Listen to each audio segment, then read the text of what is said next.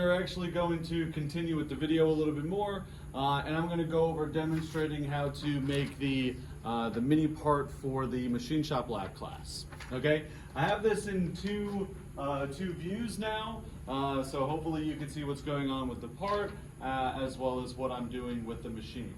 Okay, so yeah, let's get started. First thing we have is our acrylic. Okay, so you should receive the acrylic, cut on the bandsaw. I usually try and leave it a 1/4 inch longer in both these dimensions, okay, but it is to the correct thickness. Now, in the drawing, it'll say 0.375. If you buy 0.375 inch acrylic, usually it comes in a little bit undersized. That's like sort of tolerance they sell it with. You might get something that's a little bit thinner. Sometimes I have 1/2 inch lying around, so I'll give you the 1/2 inch. So it'll be exactly the same as the drawing, apart from the 0.375 thickness. Okay. First thing I'm going to do is make sure I file off all these edges. Okay.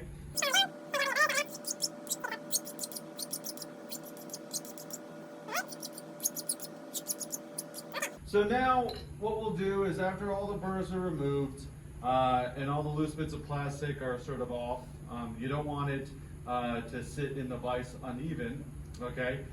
So yeah, make sure all the burrs are off before we start. Still got the little bits of plastic on there. Okay, cool. So taking all that off, we can double check on a nice flat surface like this. If we have any wobble, that would be bad. Looks like we still have a little bit. So it might still have a tiny burr. Let's make sure that surface is flat as well. Okay, cool. Looks like we're sitting pretty flat. That feels pretty good to me. Okay, so now what I'm going to do is I'm going to stick this in the vise. Okay, I never want to stick it directly in the vise like that. I always want to use a pair of parallels. So let's check those out.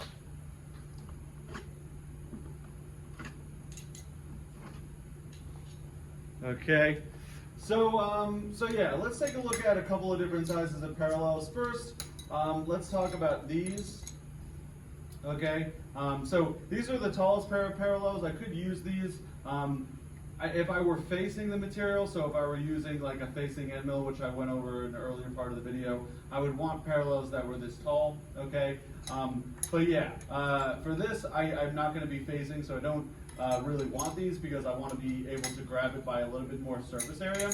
All right, so let's try these. These are the 3rd tallest ones. Okay, and you can see they sit pretty much perfectly flush with the top surface there. Okay, I never really want to go any lower than that. So yeah, the 3rd tallest ones in this case are going to work out well. If I went with the 4th tallest ones, you can see that it goes a little bit below the surface of the vise. Okay, and that is not really preferred just because your clearance heights, you want to know that if you move your tool out of the way of the part, that it's also going to be out of the way of the vise or anything else like that. Okay, so now what I will do is take the correct pair of parallels, and we will fixture our part. Okay, I'm going to fixture our part off to the side like this. I'm going to give ourselves about a 1/4 inch. First, I'll actually pick the roughest surface, and I'll mill that one first. So let's do that. All right, so now we're going to tighten that down like that. So I'm going to get it snug while pushing down with my thumb. So what I was doing is I was pushing down with my thumb like that to make it so that it fits flat up against these parallels. Okay, and then I snug up the tension of the vise clamp there. And then what I'm going to do is I'm going to grab the dead blow. Okay, I'm going to choke up on it. I'm not going to hit it very hard. Okay, but I want to hit it nice and firmly so that it doesn't bounce. Okay, and I want to get the parallels to be snug. If I really wanted to, I can move these parallels. Okay, so they're not too far, pushed down so that they're deformed. Okay, I want it nice and snug on both accounts. And then I'm going to fully tighten this. Again, this is plastic, so I want to be careful. And I want to double check that my vise jaws are snug, which they are. And if they're not, you could give it another whack like that. You don't want to hit it again very hard so that you don't damage the part or the parallels underneath. Okay, so now I'll take my parallels, I'll put them away. All right, so the next thing we want to do is is put our end mill in and start milling, right? Okay, so what I'm going to do here is use the 3/4 inch end mill. This particular one is carbide. It's probably overkill for plastic like this. You could certainly use high-speed steel. And for this particular 3/4 inch end mill, it requires the 3/4 inch collet. Okay, so I'm going to stick it in the collet first. Okay, and then I'm going to stick it in the mill. Okay, first thing I'm going to do is I'm going to feel up. For one, I usually demonstrate in training feeling the lead screw that tightens it up in those threads there. Okay, but what you want to feel most importantly is where the set screw is, so you can line it up with that channel. Okay, now I'm going to stick that up all the way. Okay, and I'm going to do green button and in. Okay, so I press the green button over here and the in, and now that tool is secure. Okay, so now I can unlock the quill, bring the quill stop down, move the tool down a little bit, move the x-axis over, move the y-axis to line it up. Okay, let's check our Z height. All right, so I'm bringing the tool all the way down, and it looks like the bottom of the tool is not below the bottom of the part. It might be kind of hard to see from both of these angles, but what I'm going to do is I'm going to move the Z up such that the bottom of the tool is well below the bottom of the part. Okay, and now what I'm going to do is I'm going to touch off on the part. Okay, and so I have the digital readout up here. We're set in inches. That's my preferred mode of measurement. So let's turn the spindle on. So once I turn the spindle on and everything, we'll orient ourselves, okay, so that I touch off right in that location there, okay. So now I'm going to go counterclockwise, and I'm going to look, listen, and feel. Again, looking in on the side here, look, listen, and feel for when I just touched the material. There I have touched it. I'm going to come off the part like that, and I'm going to zero it in the X. All right, so once it's zeroed in the X, I need to move the X-axis a little bit more in this direction in order to take a really small finishing pass. We're just trying to clean up this side of the material, okay? So I'm going to go counterclockwise like that, and I'm going to try and hit it right on minus 15 thousandths, okay? I went over backlash in the video, so I won't talk about it again, but I'm not going to try and rotate this way and then come back the other direction if I make a slight error. Okay, there we go. Got it right on 15 thousandths, okay? Now, what you could do here before you make your first pass is you can zero it, okay? Once you zero it, you'll be able to tell whether or not it kicks itself out. Really, there's not a lot of point in this, just because on this one, we're just cleaning things up. So what I'll do is I'll move nice and slowly through the material, okay? And I'll do this manually this time, and then after I'll demonstrate how to do it with the auto feed, okay? So I like to grab with my right hand on the handle and then put my left hand on my right. And I try and keep a feed of about 5 inches a minute.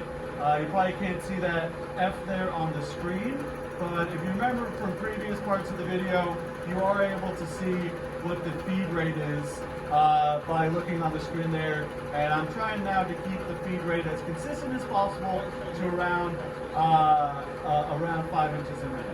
Okay? So interestingly, we have come off the material. Okay? So it seems as though this part of the material was higher than the other side. Okay? So what I'm actually going to do is come over here, and I'm going to touch off on the near side because it looks like that one's closer. Okay? So touching off there. All right? We've touched off. We're going to zero in our X, and it looks like we're 40 thou away on that side. Okay? So I'll move it through the material here. Okay, but we'll make a nice, smooth finishing pass at a nice, consistent feed. All right? So I'm going to zero it again in the X, and then I'm going to go counterclockwise 15 thou just to finish things up.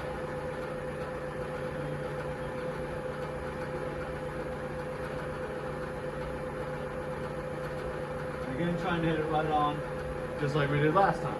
And I'll zero it to see if there's any kick out. Okay, so zeroing it there, I don't know if I explained that well enough, but basically if I zero it, I can see if the table is moved. Okay, because the table here, I could, if I really pushed it, I could get it to budge probably a little bit.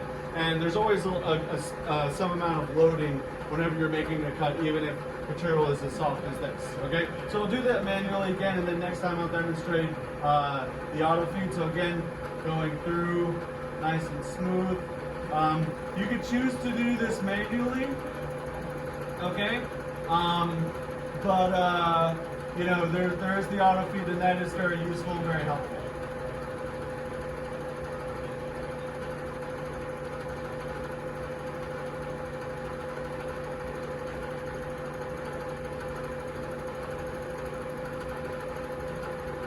Okay, cool. So now we've moved off the part. Let's turn the spindle off and double check. Oh, and spindle speed is set to 650 right now, in case you're wondering. Okay, so that side looks pretty good. And honestly, I'm not going to do anything else to this particular side. I'm going to take this out of the vise. Okay. Once I take it out of the vise, I want to make sure that I clean up any chips. Before this video, I made sure it was clean. I probably should have let you know to clean the vise up before you put the part in. So make sure everything is clean before the part goes in. But now I've created chips. Just move the cool up and out of the way as well. I've created chips, so I want to make sure I clean all those out of there. And even though I made a nice smooth cut, I have created a slight burr, which I'm going to take off as well. Okay, so I'm going to take these edges and I'm going to file them down, just like I did before we started. Okay. All right. Now it might be kind of tempting to grab the air. Okay. Usually it's not advisable to spray the machine with the air. The air is kind of for cleaning off your parts. Okay, and not the machine. All right. So yeah, it looks like we got that side good. So let's grab it from here and do the other side. Okay. Before we do that, we gotta get a paper towel.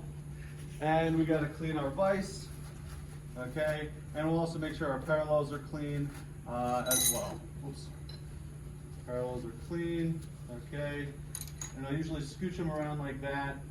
Usually if there are any minor, chips or anything like that, it'll sort of knock them out if you sort of shimmy them around like that. So now, sticking these back in there. We're just going to flip it 180 degrees, and we're going to go on to the side.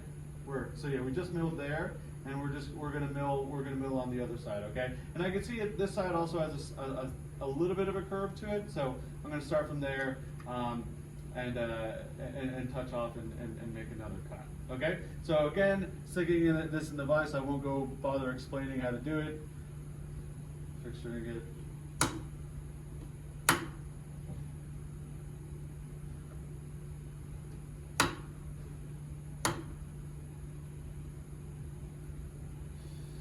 Okay, cool. So now, a little burr, let's double check. Okay, glad to get that off, little chip in there. Okay, cool, sticking that in there, using my thumb, pushing down. All right, there we go, perfect. Sweet. All right, so now we'll do the same thing and we'll touch off on this one. All right. You know what? Actually, I'm going to flip this around so that I could touch off. I like to touch off on this side so that I start with a climb mill pass. Okay. So let's do it like that. Screw that down.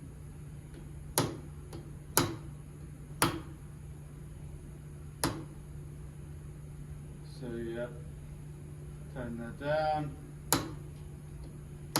There we go. Okay, cool. So now I'll go over to this other side and we will touch off. Okay, so moving it in, look, listen, feel for when I touch off. Just did. Zero in the X. Again, we're going to take off 15th thou.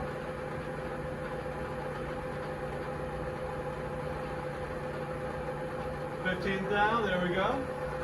Okay, I will zero it to check for kick out. I know it's not going to kick out very significantly. But before we do that, let's go over the auto feed. So for the auto feed, we're going to move this up and out of the way. I'm then going to test it. So moving this, looks like it's going a little fast now. Oh, let's go the other way. So it looks like we're going a little fast now. I'm going to tune it to 5 inches a minute so it cuts nice and smooth. Again, this is very conservative, but it'll result in like a nice surface finish. Okay, so let's set it up, bring the tool down so we can actually cut, and we're away.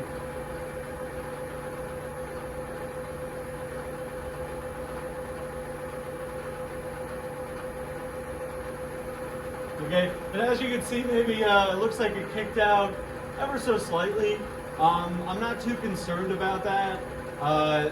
That's 2 10,000ths. That's going to be well within tolerance. If it does budge like that on a final cut, that's well within the tolerance that I specified in the drawing.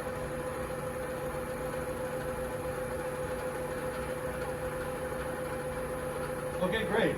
All right. So that was good. Now what I'm going to do is I'm going to leave this in the vise. Okay, I'm going to turn the spindle off, leave it in the vise, take off any debris that might be on the side I just cut. I'm also going to, as I leave it in the vise, take my file and try my best to get off the burrs that I left with the cut I just made. Okay? And then what I'm going to do is I'm going to measure it in the vise.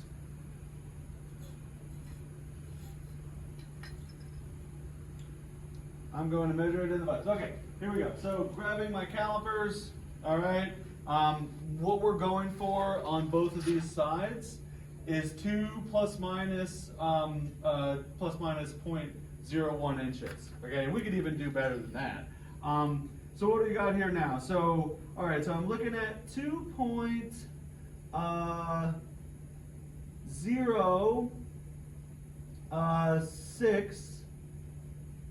2.065. How does that deviate? So I got 2.064 on that end, and then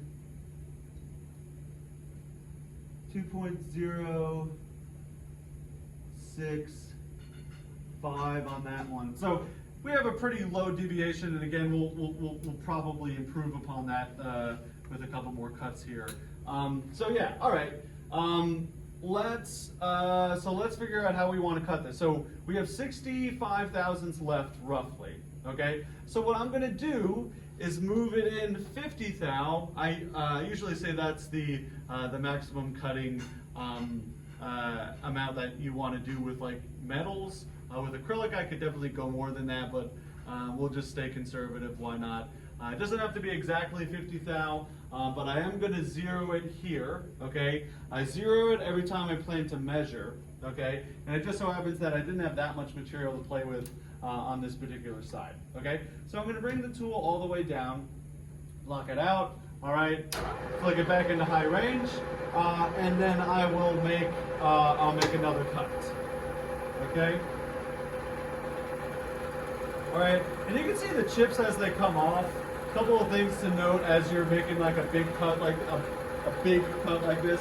The size of the chip should be as long as the part is thick. Okay, if the chips come off with too sort of girthy or too thick, not the part thickness, but like the thickness of the actual chip. If that comes off too thick, that's an indication that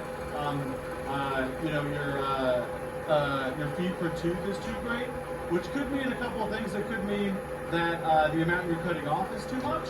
It could mean that your spindle speed is too slow. Okay. Yeah. So either of those two things usually.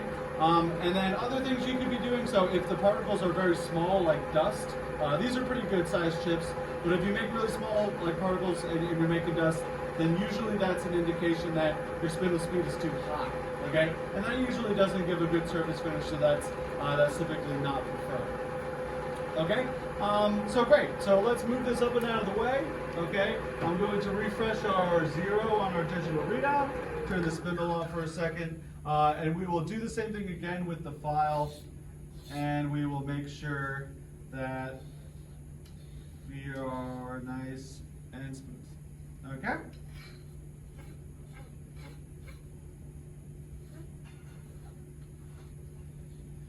All right, so there we go. Now let's check it. Now we took off 50 thou and we expect to be about 15 thousandths away. All right, let's get the shits off of the calipers. Okay, yep, we are 15 thou away. Now, what I'm going to do is make a final climb mill pass. All right, so I didn't explain that maybe well enough. I explained it before earlier in the video, but the first cut I made, the first, I guess, 2 cuts I made were climb mill passes where the tool started over here and then ended up over here. The pass I just made was a conventional mill cut, so I started over here and went that direction, okay? So conventional milling usually has a higher surface feed at the same sort of speed and feed rate than climb milling does. So climb milling I usually reserve for the nice surface finish, and conventional milling I usually reserve for cutting off a lot of material.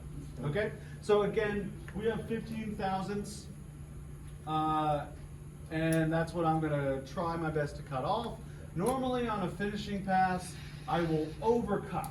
Okay, so if I told the machine to move over 15 thou, it'll usually cut 16 thou. All right, and the softer the material, the more it'll sort of overcut on a finished pass like this. There are certain circumstances where the opposite will happen.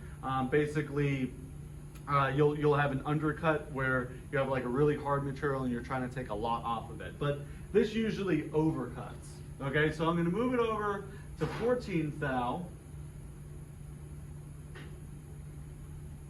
because I expect it to overcut by about a thou.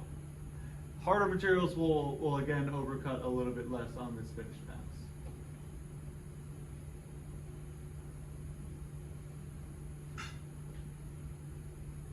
Okay, cool. 14 thou. I don't really need to zero it, so let's turn the spindle on and we'll feed it through.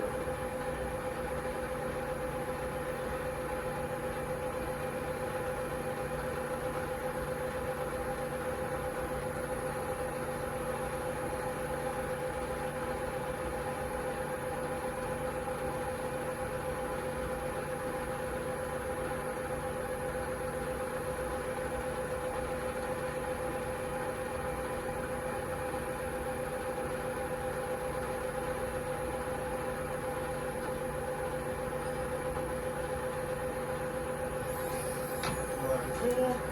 Moving this up and out of the way. Just like that. Alright, cool. File. Getting that off.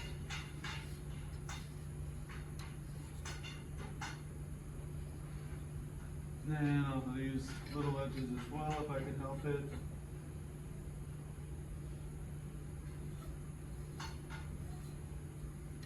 There we are.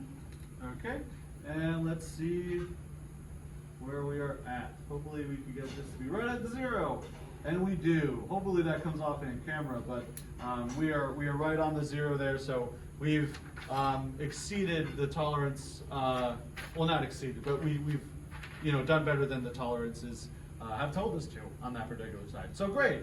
That is awesome. Now what I'll do is I'll speed it up. And I'll just get the other sides down to proper length as well. Okay? So no talking, just speed and milling.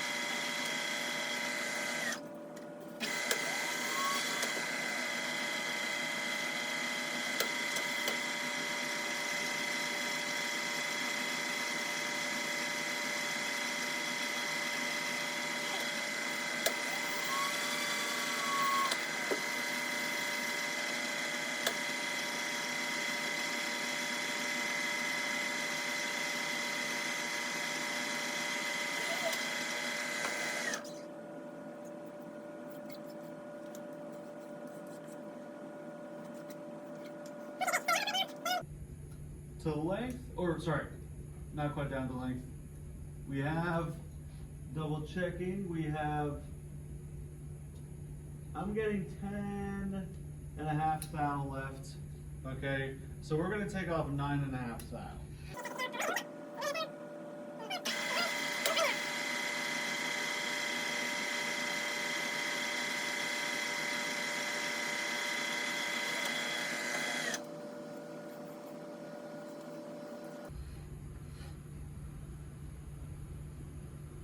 All right, we are looking good. We are looking good. So we now have our perfect, near perfect square that is going to be 2 inches by 2 inches. Let's just double check that we are there. Yes, I'm right at the 0 there. So that's very good. Okay. Cool. So we have our part down to side.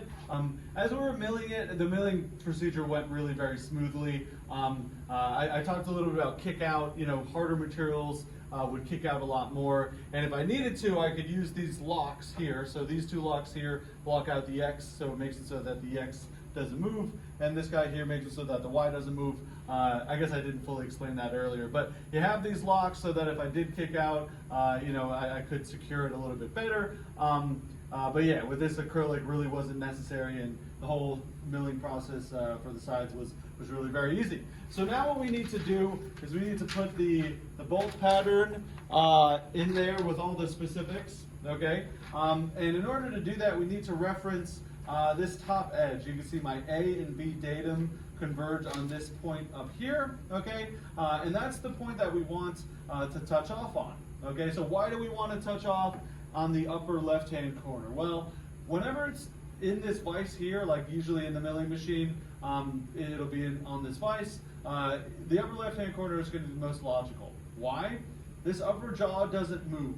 Okay, so this top edge, okay, even so the back jaw here does move because you can tighten and loosen it. And if one time I tightened it more or less, then this datum will have moved even if I was working on the same part.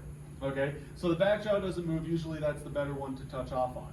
Okay, you also want to touch off this edge. A combination of reasons for that. The digital readout is on this side of the machine. Okay, and I'm right-handed, as are I guess most people.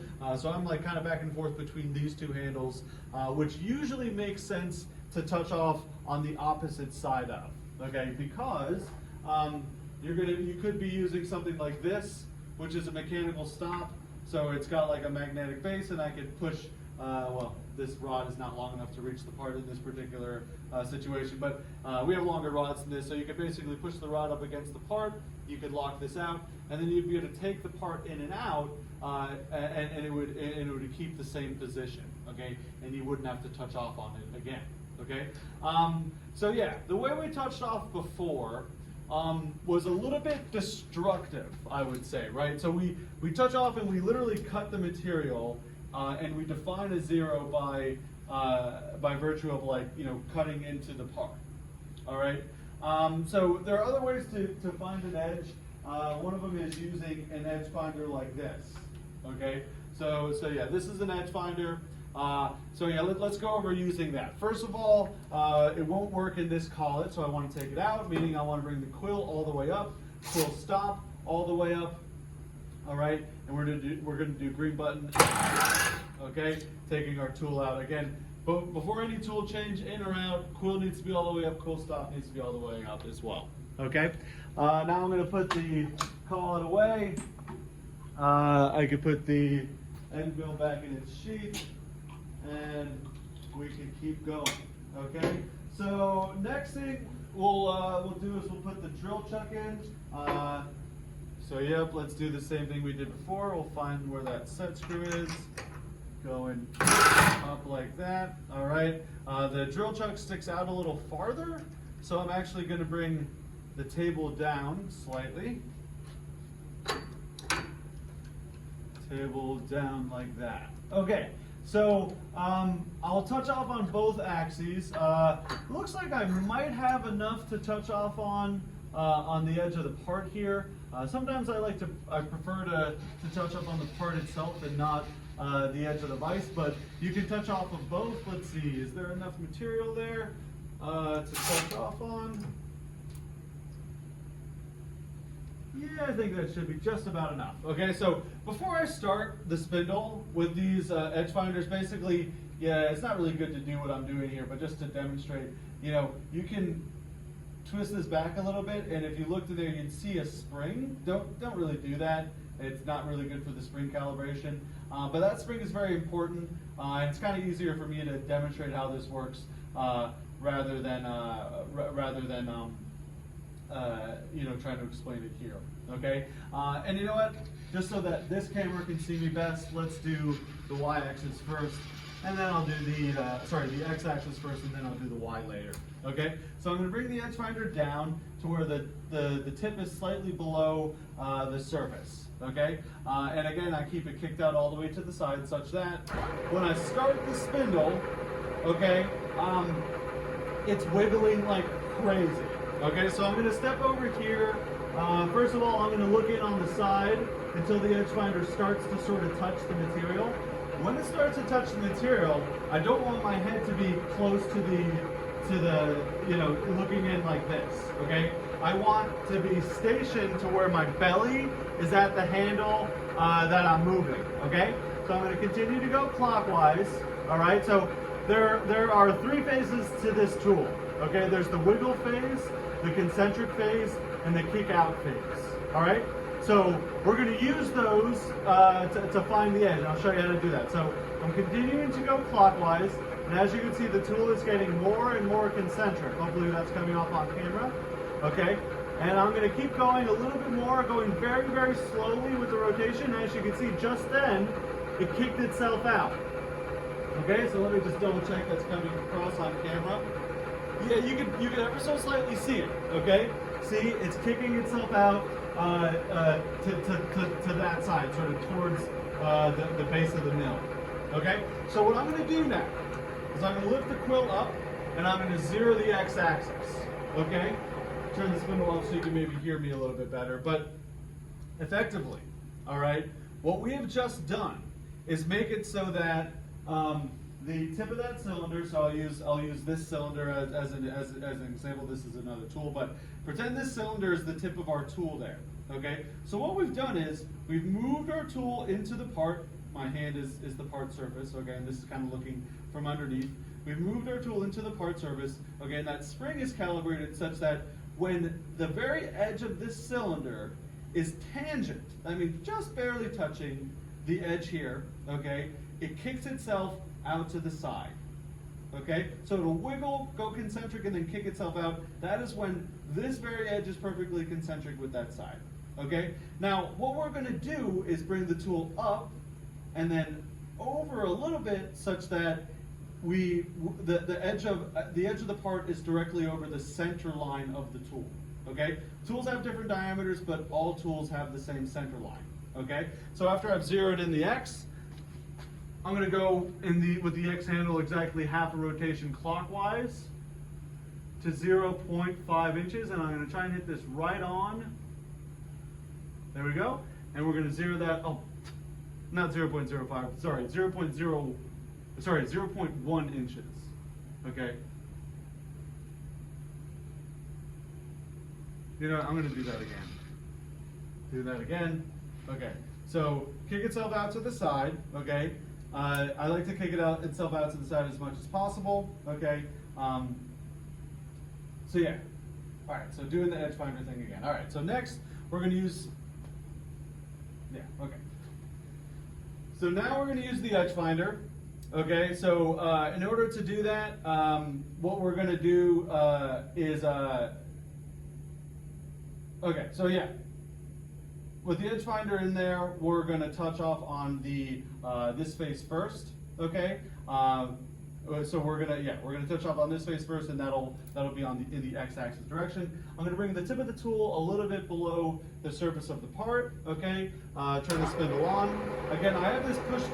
Before I started the spindle, I had this pushed out as far as I could to the side, all right? Such that when it starts, it's wiggling as much as possible.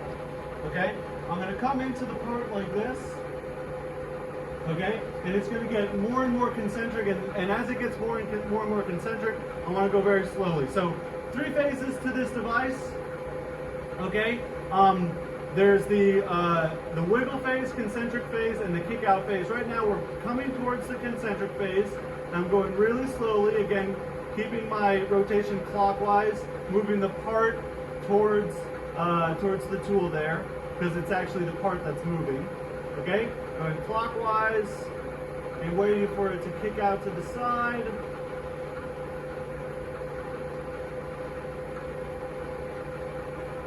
There we go. So it's kicked itself out to the side there. All right. So I want to stop as soon as it kicks itself out to the side. I'm going to zero it in my x-axis, and then I'm going to bring the tool up and out of the way. All right. Now what I'm going to do is move it over the radial offset. So let's explain that for a little bit now. All right. So this is a tool. It's a countered bore, but we use it for a countersink. I'll go over it later, but just to use this as an example, let's pretend the tip there, the tip of the tool is this cylindrical end here, okay? And we're looking at the part from the bottom. My hand is the part. So as we're bringing the edge finder in, it's wiggling, wiggling, wiggling, and then as I get to the edge of the material here, okay, it gets to be concentric, and then it kicks itself out to the side. All right, so when it kicks itself out to the side, that's when we say that the very edge of the tool and the surface of your part are tangent. Okay, so that means they're just barely touching. All right, so now knowing the diameter of the tool and therefore the radius, we can offset that dimension so that the center line of the tool on 0 is directly over the very edge of the material. Okay, so instead of being like up against the edge, you know, as tangent, it's like on center line like that, okay? Because different tools have different diameters and all tools have the same center line, and we are critically measuring to the center, from the edge to the center point of all of those holes, okay? So I'm gonna go exactly half a rotation to 0.1 of an inch.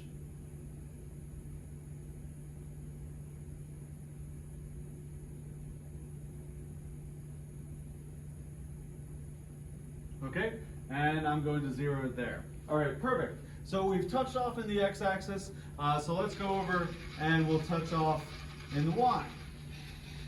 Okay, coming over here, I'm going to try and touch off on the part. Usually it's kind of better to do that so that it's like, yeah, a little bit more accurate. All right, so we're going to try and touch off the part if we can. All right, moving in, doing the same thing. So this camera will pick this up as well. Yeah, and usually when you're edge finding, you want your belly, again, to be at the handle that you're using. So before I was standing over here to watch it kick out, okay? But I won't see it kick out if I'm like doing it, you know, from the opposite way. So whatever axis you're touching off on, put your belly at the handle and you'll see the kick out as best as possible. So coming over here to the Y handle, gonna go clockwise. I'm very concentric, I'm not wiggling anymore.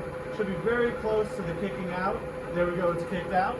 Now I'm going to zero this in the Y, bring this up and out of the way, go clockwise to 0.1 inches. Try and hit it exactly on. Okay, cool. Zero that out there. Perfect. All right, so yeah, let's talk about the holes that we're going to do. All right. So we've edge found, we made that our 0 point, and now we could go ahead and do the holes that we want to do. Okay, so yeah, let's go and do the tap holes first. So these two guys are the tap holes. Yeah, what we'll do is we will first, for those, we're going to first drill with a center drill like this, okay, and then we're going to use the proper tap drill size, and finally the tap, okay. So these are the three tools that we're going to need for tapping those holes.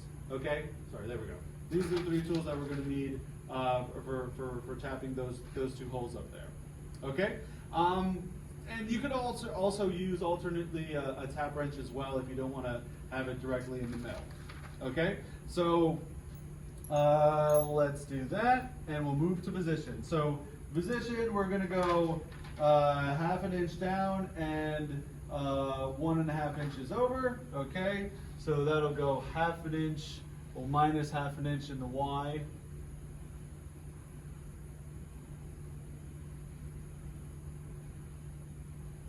If I wanted to lock it, I could. Okay, going back and taking out the backlash to come back to 1.5 inches.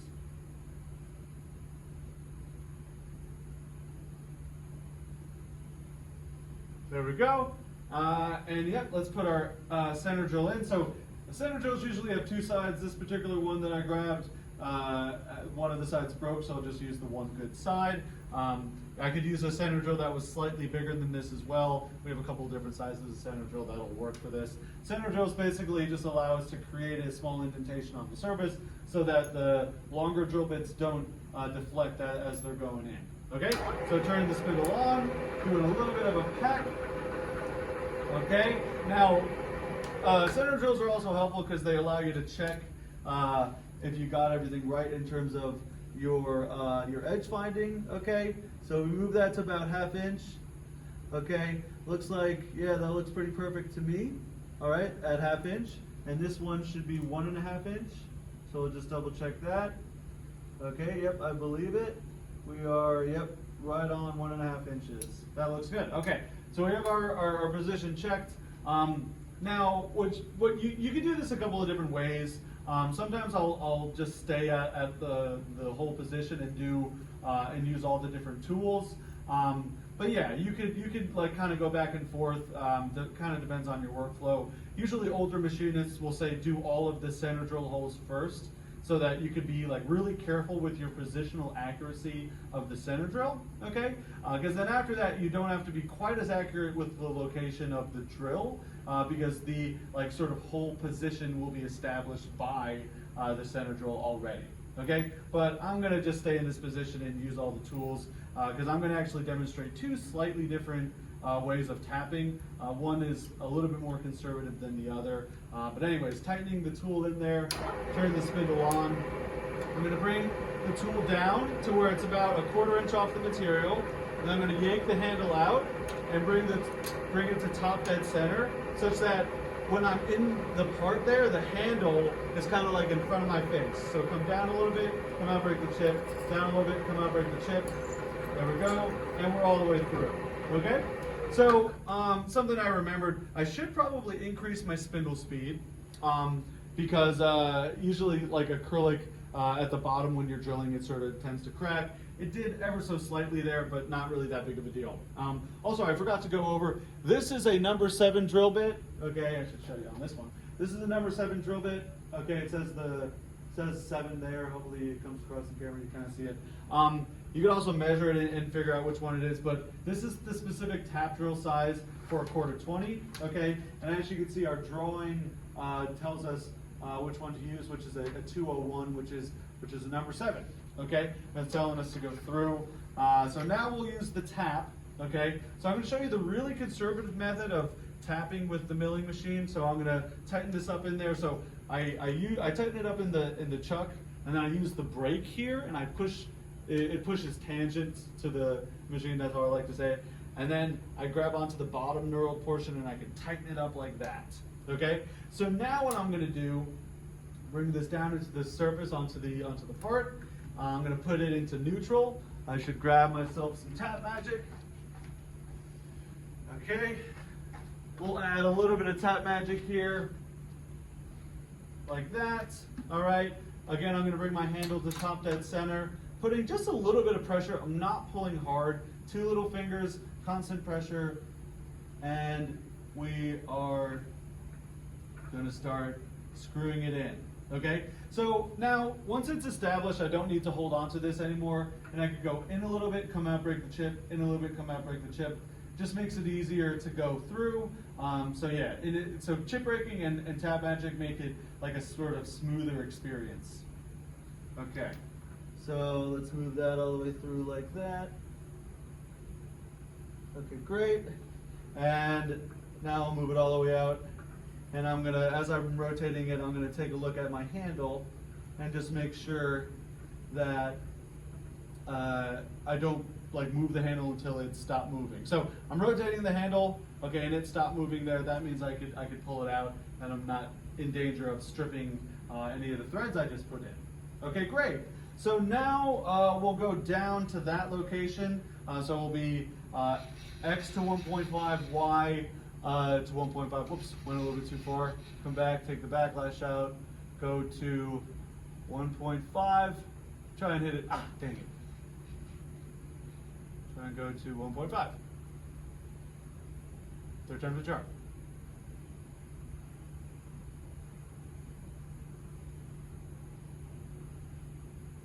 There we go. Okay, cool. So again, I will do the center drill. So I'm going to do this a slightly different way. Put it back in here. I'm going to do this slightly different way. It's going to look pretty much the same for the first little bit, but then it's going to be a little bit different when it comes to actually tapping. Okay, there we go.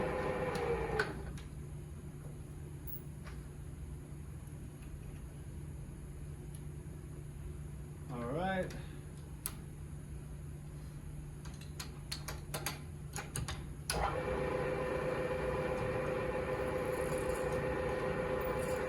All right, so pretty much all exactly the same so far, but now we're going to do it just slightly different. All right, so instead of putting it in neutral, I'm going to put it all the way in low. You're going to take the tool out, the drill bit out, and we're going to put the tap in, again using the brake. All right, now we're going to use the actual feed of the, or the spindle of the mill to sort of feed this guy in. All right, so I'll bring this down, top dead center. All right, move it out just a little bit, put a little bit on the tool itself. Okay, so I'm going to start with it off of the part. Okay, I'm going to put it into low range. All right, and I'm actually going to come over here and slow the spindle down to like as slow as it'll go, like less than 60 RPM. Okay, so now I'm going to take this. I could judge my quill, and I do think I have quite enough distance. Yeah, I got a few inches there, and so I definitely won't bottom out on the quill before I start this. Okay, so I'm going to feed this through, going to push that down a little bit. As you can see, it's moving by itself. All right, I'm going to watch as it threads through. It doesn't really chip break by itself, obviously, but this is going at a slow enough speed to where it's definitely good. It'll be fine. Okay, so now when it gets to the bottom, I flip it to high range, okay, which will reverse the direction of the spindle, and it'll move itself all the way out.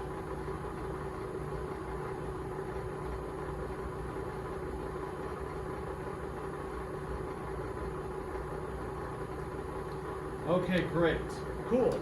So now we have both of our holes, or both of our tapped holes, that is, and yeah, that is great, cool. So halfway done with the holes. Now we're going to go over and we're going to do the counter bores and counter sinks. Okay, so this guy's a counter sink, okay, because it's got the V-shaped thing, and that guy's a counter bore. Okay, and you can see on it's not the easiest to see, but on the sort of transparent view there, you can see one of them has like the flat bottom and one of them has the V bottom.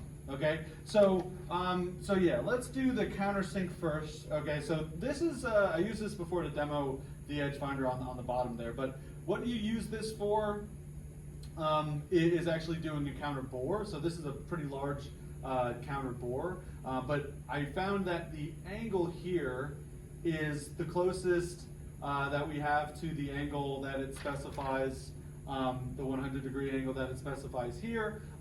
So yeah, I use this for a countersink, and it works out well. Why would you want to use a countersink versus a counter bore? Well, if you have a countersink screw and a countersink hole that it goes into, the sort of V's will sort of meet inside of each other like that, and make it so that the screw will always be centered on the hole. Okay, with the counter bore, the screw has like some wiggle room tolerance, so it won't always necessarily sit center on the screw won't exactly sit center in the hole there. Okay, so yeah, let's take this tool out. Let's put it back in high range. Okay, and let's grab another tool that we need, which is the 266. Okay, 266, which is a letter H. Okay, so just checking that that is indeed a letter H. Hopefully you can see it on camera. kind of, yep, that's an H. All right, so we're gonna go to the location. All right, so let's go back over here. I'm gonna move over this way, past where I wanna go, take out the backlash, and then come back to 1.5, or sorry, to 0.5 inches, okay?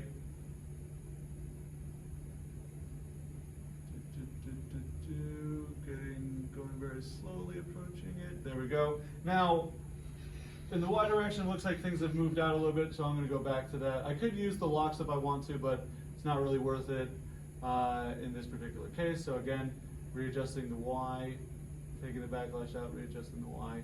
There we go, perfect. All right, so next, again, we'll use our center drill. Kind of no matter what, you always want to start with the center drill. Okay, cool. I'm actually going to turn the spindle speed up a little bit higher than where it was before. Okay, coming down, pecking the drill on the surface there. Okay, now we're going to grab the letter H. Okay, stick that guy in there like that. Hopefully I have enough space. Looks like I do. All right, this one's just going through everything. There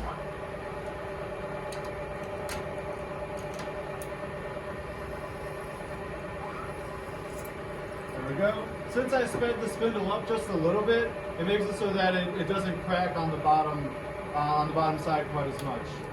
Okay.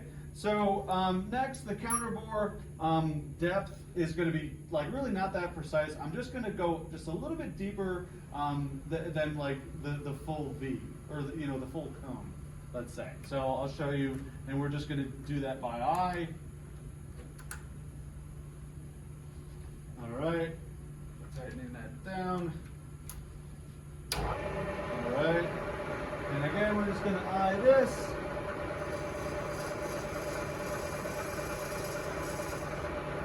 There we go, perfect. Yep, just making it so that it goes a little bit deeper. You can see there's like a very slight vertical edge, but yeah, it's basically all cone, and that's going to be just what we want. Okay, great. So that is the counter bore done. Sorry, countersink done. So that's countersink. That the one above it's the counter bore. So I'll go to that one. So go up. I'm actually going to go past the Y value I need, then come back down to 0.5 just to make sure the backlash is taken out. And the X, I'm not going to worry about the X deviation that much. We'll just leave that the way it is.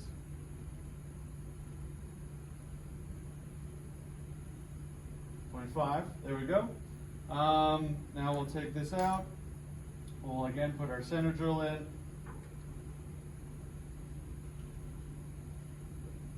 Tighten that down. Move on. Perfect. Okay, spindle off. Again, we'll take the same 266. All right.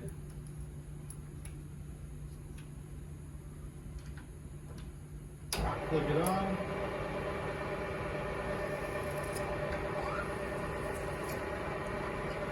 Okay, excellent. Okay, cool.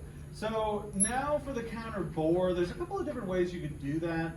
We have counter bore tools, but kind of my preferred way, this kind of simpler way, is to just use an end mill. Okay, so for 438 set or 4375, 438 or whatever, that's a 7/16. So I grabbed a 7/16 end mill.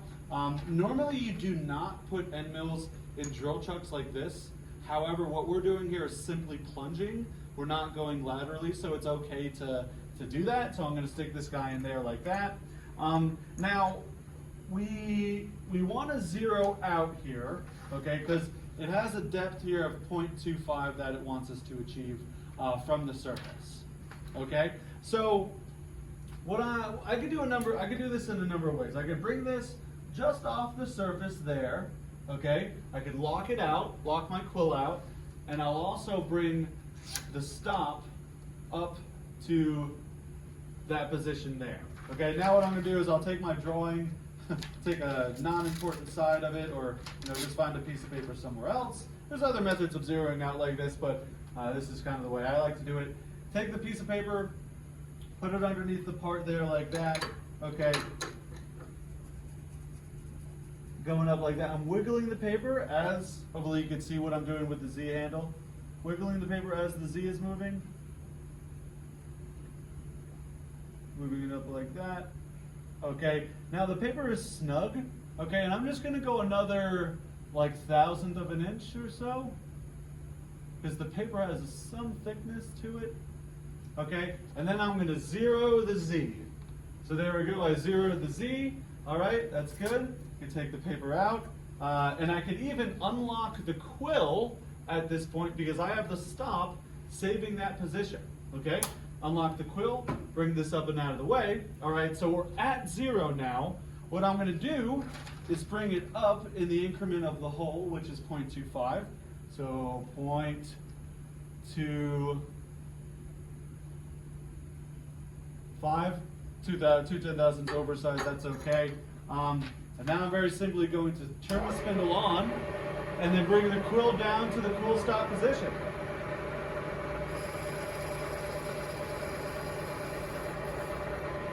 There we go. Cool. And yeah, that is the last thing that we have to do.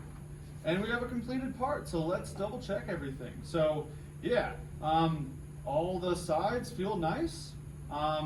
The holes look like they're all in the right position. Okay, let's make sure we file off the sides once again. Although they all feel very nice because I've done this a couple different times at this point for many of these sides. Great. We could also use a hole deburr like this.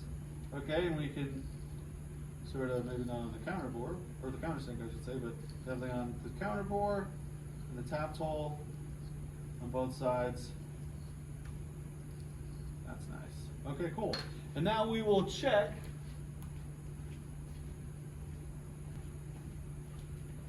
finally I found it. Okay, so the final thing we're going to do is find the jig, all right, and we'll make sure that sticks in. All right, so there's 2 smaller holes where you put your tapped holes, and then the bigger one where you put the bores, okay, and we can see that fits in there nicely, okay? So yeah, this would be a passing part with no other modifications needed. So yeah, that's great, and then hopefully it, this is kind of a tight one, but yeah, that fits in there quite nicely. So yeah, that is how you do your mill mini parts. Thank you for watching.